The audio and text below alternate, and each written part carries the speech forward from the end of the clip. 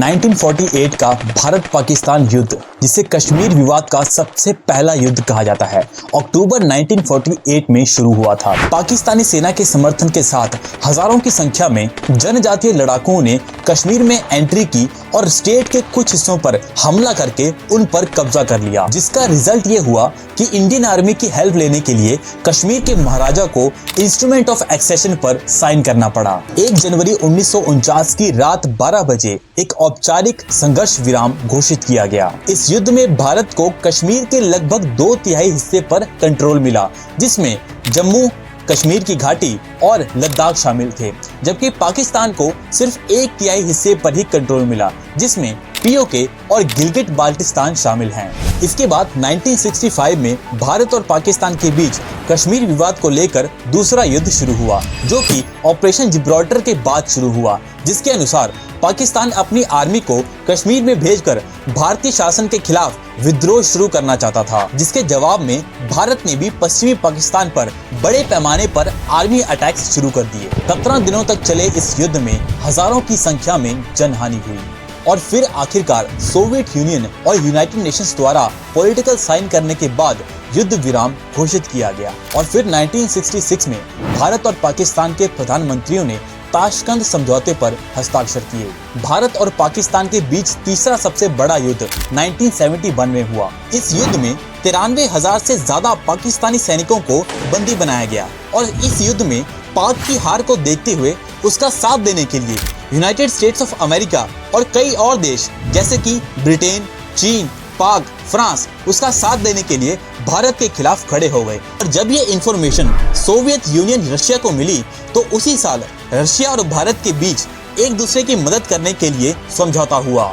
Russia ने बिना सोचे समझे अपनी सारी ताकत भारत की मदद के लिए भेज दी और कई देशों को तो रशिया ने खुले आम चेतावनी दे दी कि अगर आपने भारत पर कोई भी हमला किया तो उसका नतीजा भुगतने के लिए तैयार रहना। रशिया की इस चेतावनी से आधे से ज्यादा देश तो उल्टे पांव वापस चले गए, लेकिन अमेरिका और ब्रिटेन लगातार भारत की ओर बढ़ते जा रहे थे। और फिर रशिया ने डायरेक्ट अटैक करने का फैसला लिया और अपने फाइटर पायलट्स को भारत की मदद के लिए भेज दिया। रशिया के फाइटर पायलट्स को देखने के बाद अमेरिका और ब्रिटेन के होश उड़ गए और वो उल्टे पांव वापस चले गए। उस समय रशिया की मदद से इंदिरा गांधी ने पूरी दुनिया को संदेश दिया कि भारत को कमजोर समझने की गलती ना की जाए। हालांकि 1971 के इस युद्ध में भारत के कई सैनिक पाकिस्तान में ही फंसे रह गए, जिस पर एक मूवी भी बनाई गई है। और फिर आता है 1999, जब भारत और पाकिस्तान के बीच चौथा युद्ध हुआ, द कारगिल वॉर।